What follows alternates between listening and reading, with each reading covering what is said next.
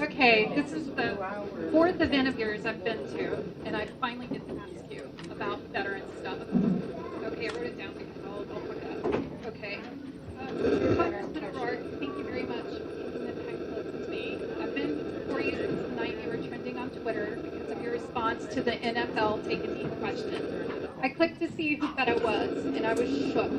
I knew right then and there you were the one. I was upset that you were running for Senate because I knew you were supposed to be our president. You were such a man of grace.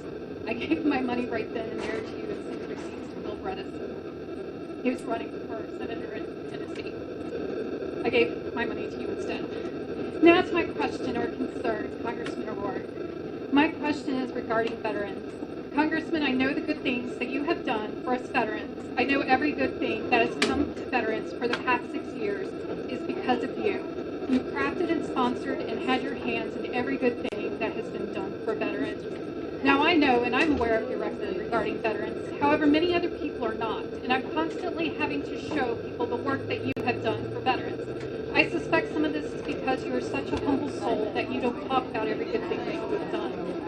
I'm constantly defending your record on good things that you have done for us. And I'm sorry that I can't defend it to everyone. So they need to hear you. They need to hear your voice talking about veterans more. And I want you to talk more about it to the people in this room. And the last thing, you remember when we were hearing about veterans? I'm so sorry. I'm so sorry.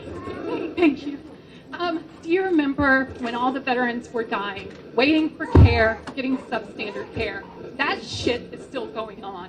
I worked in the fucking, I'm sorry, this is an emotional issue for me. It's still happening. And you're looking at a veteran who is dying because the VA fucked up. The VA fucked up, and you are looking at a veteran who is going to die. I have a death sentence. They didn't even do the proper workup. I'm dying of heart failure, not congestive. I did not eat, drink, or smoke my way into this. It was because the VA fucked up and did not give me the care until I put my foot down. So I have a death sentence. I ran the MICU. I know what heart failure looks like in the end, and that is going to be my death. And I know it. I don't know how much longer. But I'm sorry. What are you going to do to fix it?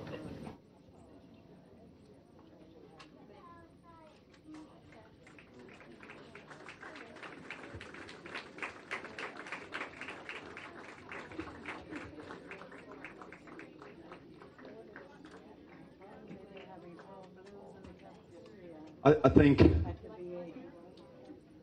everyone agrees with me that we're all sending you every bit of love and strength and power that we have right now.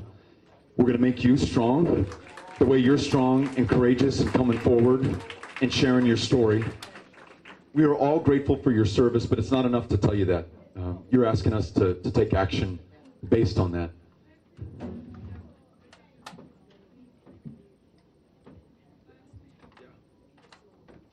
And so right now in this country, as you know, we lose the lives of more than 20 veterans a day by their own hand.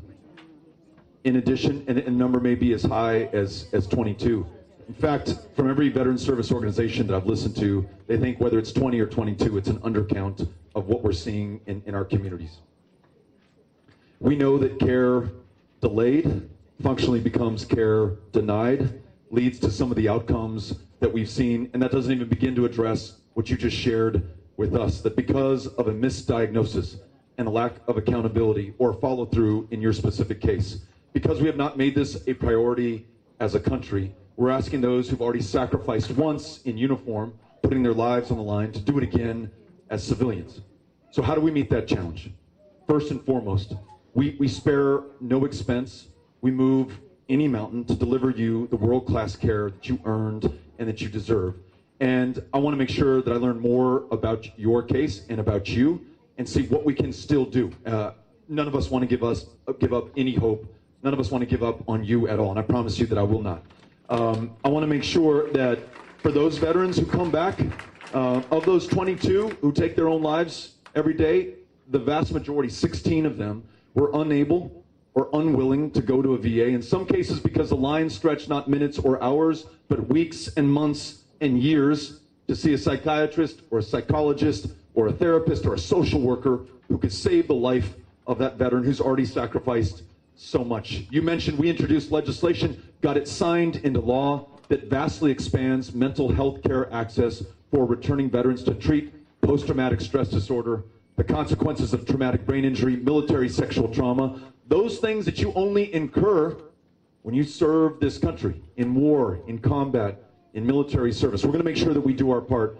But the most important thing that we can do, if we really care about those who have served, if we really care about those whose lives are on the line tonight, where it is already tonight in Afghanistan and Iraq and Syria and Somalia and Libya and Yemen, all places where we put the lives of our fellow Americans on the line and then ask them to take the lives of others in our name.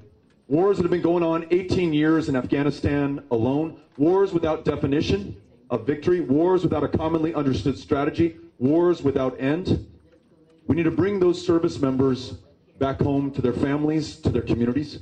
We need to end those wars, and we need to make this commitment to one another that we will not go to war again as a country unless it is the absolute last resort for America. Instead, we're going to be at the table with our friends, our allies, our partners, our enemies alike, and come up with peaceful, diplomatic solutions to otherwise intractable problems. And we're going to once again be that leader that the world needs. The leader who can only do for America and the rest of the world what no other country can. Bringing the world together not just to end these wars or to address nuclear proliferation or international terrorism, but to confront climate, with the United States setting the moral example in leadership that this planet has been waiting for. So for all those things that we can do together, for a recognition of your service and your sacrifice, know that I'm with you, and I'm going to do everything within my power as president to deliver for you and every other veteran who's worn the uniform. Thank you so much for what you said. Thank you. Grateful.